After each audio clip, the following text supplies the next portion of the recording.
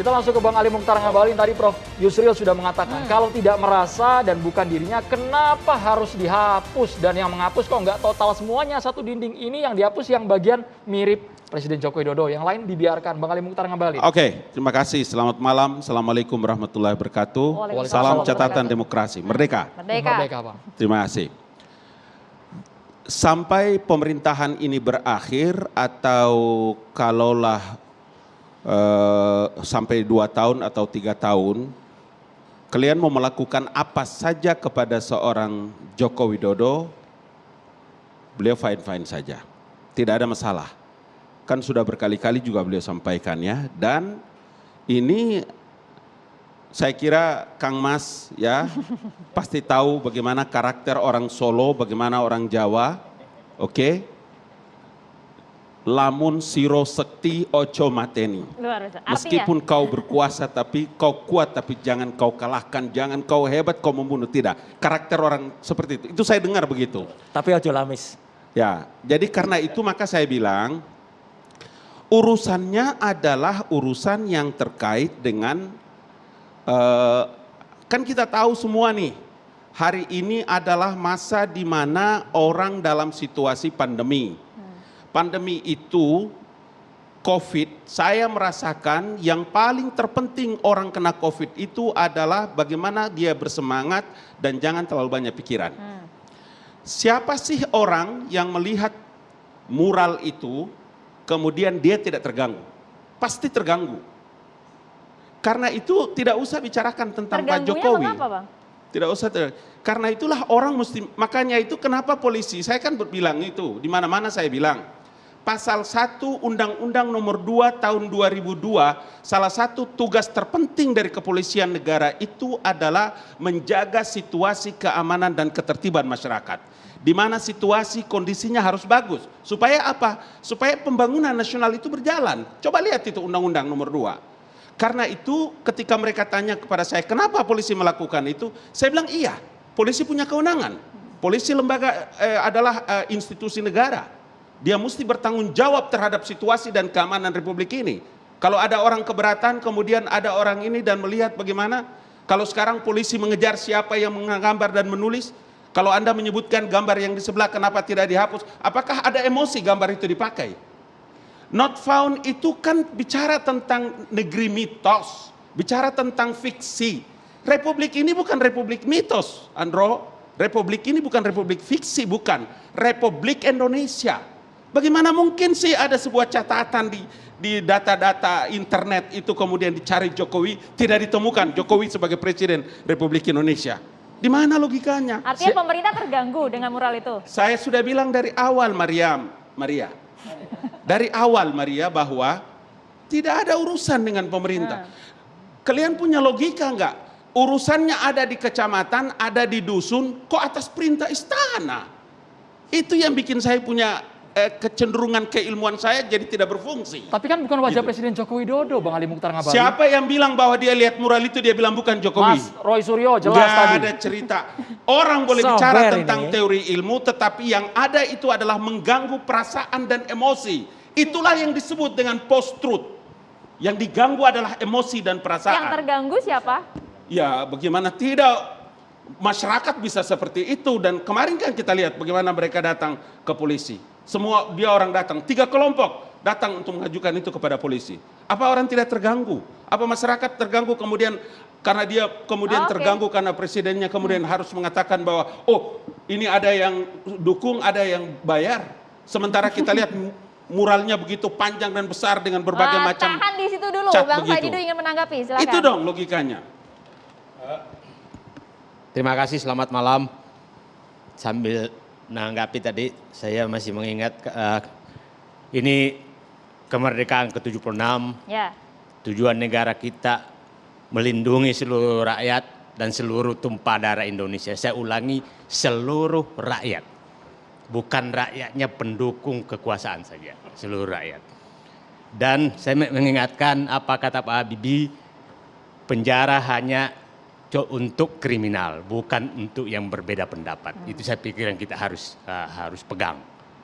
Jadi seluruh rakyat, melindungi seluruh rakyat, bukan hanya kepada pendukung, dan penjara hanya untuk kriminal, bukan kepada berbeda pendapat. Ini saya pikir yang harus kita pegang. Saya mengikuti tadi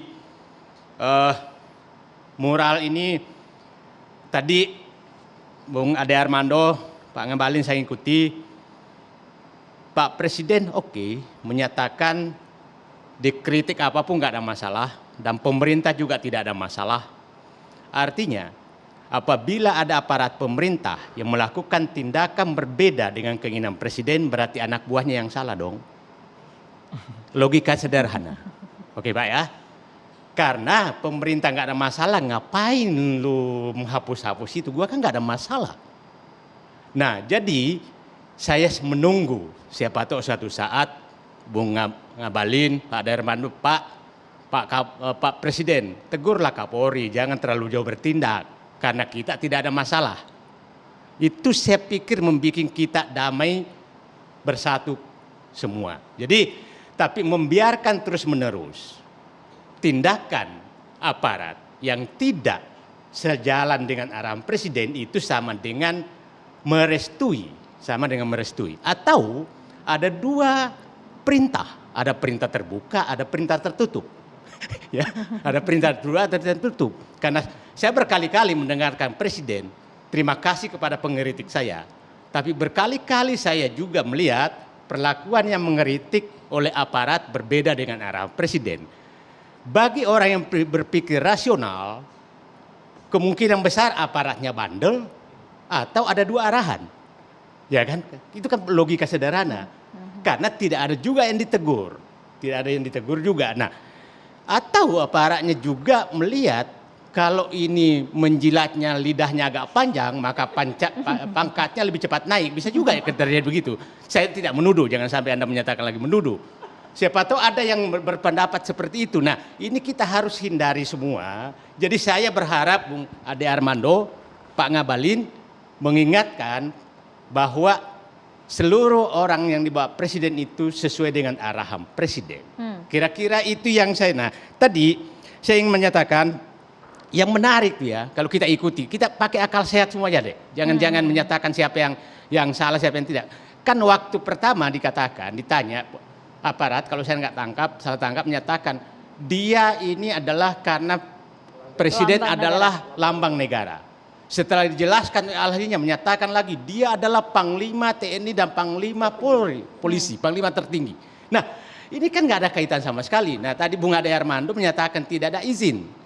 Oke, tidak ada izin. Kalau tidak ada izin maka seluruh mural itu harus dihapus bersamaan. Jadi mungkin juga harus dididik aparat ini. Janganlah hanya foto yang mirip Jokowi dihapus. Nanti kalian dimarah-marahin lagi. Jadi nah agak susah sekali menjelaskan bahwa tidak ada keinginan aparat mendapat nama baik, tanda kutip, dari tindakan mereka. Itu agak susah menjelaskannya karena dia tidak menghapus yang lain kalau alasannya izin, ya kan Mbak? Nah, tapi kalau alasannya pasti, kenapa tidak dihapus? Karena ini mirip Presiden, walaupun dikatakan tidak mirip. Jadi saya ingin menyatakan bahwa tadi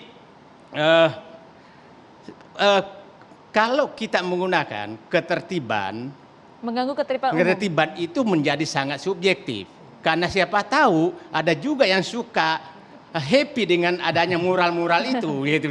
Menaikkan imun mereka, asik nih ada mural-mural gitu. Jadi jangan kita menyatakan ketertiban itu adalah keinginan penguasa. Ketertiban adalah rasa hati kenyamanan seluruh masyarakat. Nah itu kita tidak bisa menyatakan itu. Jadi saya 32 tahun di dalam, saya biasa saja sih kalau mendengarkan itu. Karena saya malah Bung Ngabalin dulu tuh saya menggaji khusus orang mengkritik saya tiap 2 jam hari Jumat. Dan saya menggaji. Kalau itu kan tadi kan bagaimana kemudian kebebasan berpendapat yang disalurkan melalui media mural di dinding. Tapi bagaimana menurut seorang Said Didu kebebasan berpendapat di media sosial? Kalau itu sih saya pikir tiap detik saya dimaki-maki kayak apa. Itu sudah karena bahkan dari mural pun di media sosial juga ramai juga Bang. Jauh lebih ramai. Tapi saya sekarang ya cuekin aja mereka. Jadi ya karena saya udah saya tiap detik ini pasti masih masuk nih. Pasti tadi saya nggak pakai masker pasti langsung pakai tangan kiri aja karena saya kidal di mana ini Mbak ternyata pakai tangan kiri. Ini semua sudah. Nah jadi saya berharap bapak-bapak di dalam, saya sangat berharap mari kita menggunakan kata-kata yang santun dalam segala hal. Apalagi dalam kekuasaan. Karena sekali dalam kekuasaan itu kata-katanya tidak santun, maka rakyat santunnya 100 kali lebih tidak santun. Yakin saya itu. Jadi itu saya pikir yang perlu kita inikan kebersamaan kita untuk ini. Bahwa ada kritik, bagi saya itu biasa-biasa saja, cuek-cuekin aja. Mas Adi cuekin aja Mas, kalau ada kritik Mas di media sosial jangan terlalu reaktif juga kalau ya. Maksud saya begini Pak, ya. kalau saya begini, saya biasa, Bung Abalin ini teman saya saling mengkritik.